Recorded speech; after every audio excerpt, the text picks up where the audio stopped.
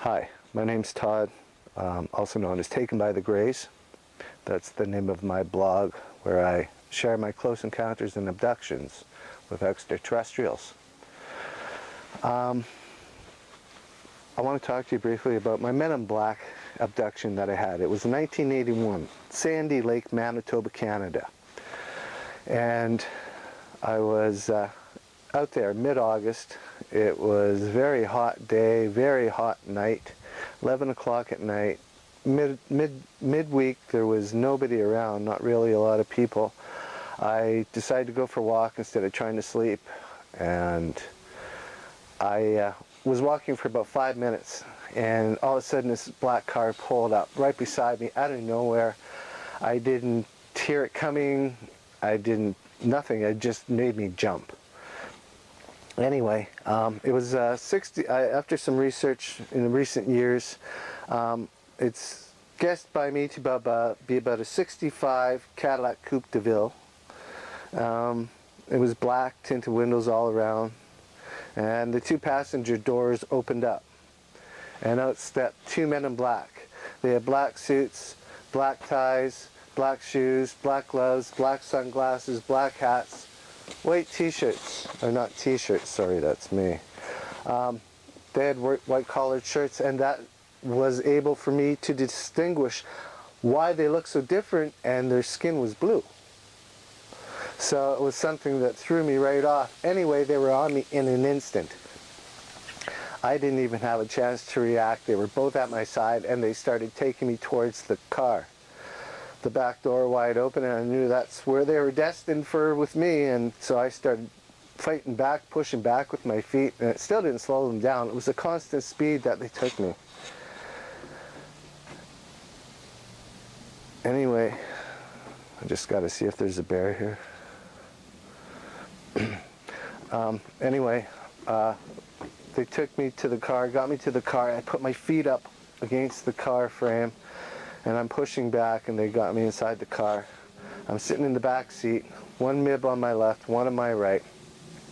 There was a driver. He turned, looked at the MIB on my right. It looked like they were having a conversation, but no words were being said. And then he gave him a nod, and he turned forward, and the vehicle started to move forward. The MIB on my right pulled out this big syringe.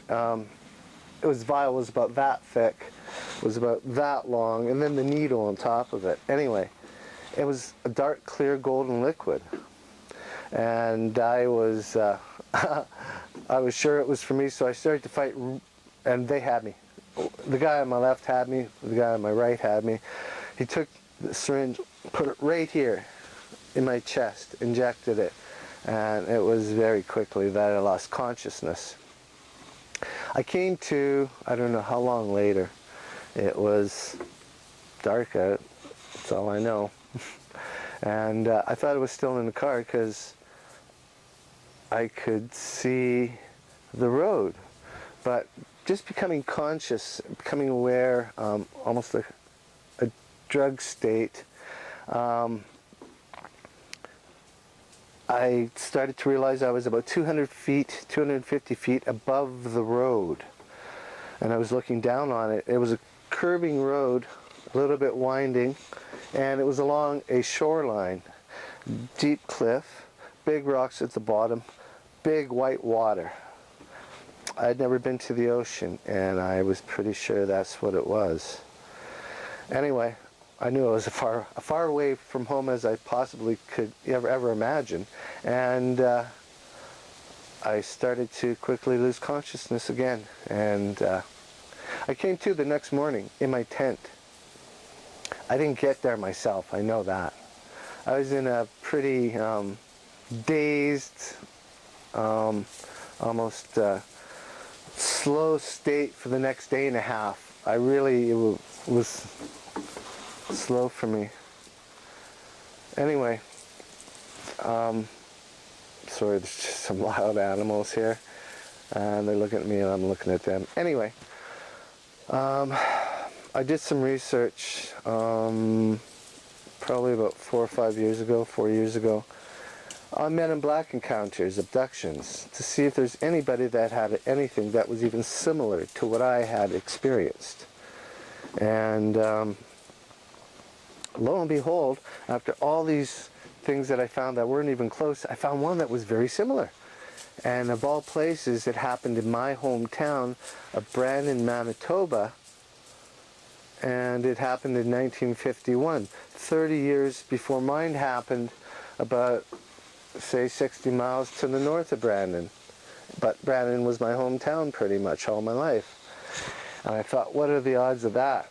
Anyway, there was a disc craft that was involved with his encounter abduction, and I do know from experience that the disc craft, along with elongated diamonds and various other crafts, belong to the Greys.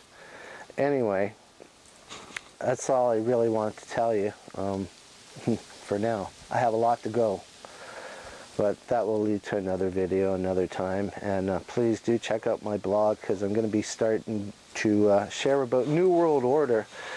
And I have a very close friend that I've had for years that was part of New World Order, and she's going to be sharing and connecting the Greys with it as well. So you're in for a shock. It's going to be a lot of stuff that you probably never would have imagined, but it's all true, unfortunately, and we got to face the truth sometime, as hard as it may be to swallow. Stay cool. Peace.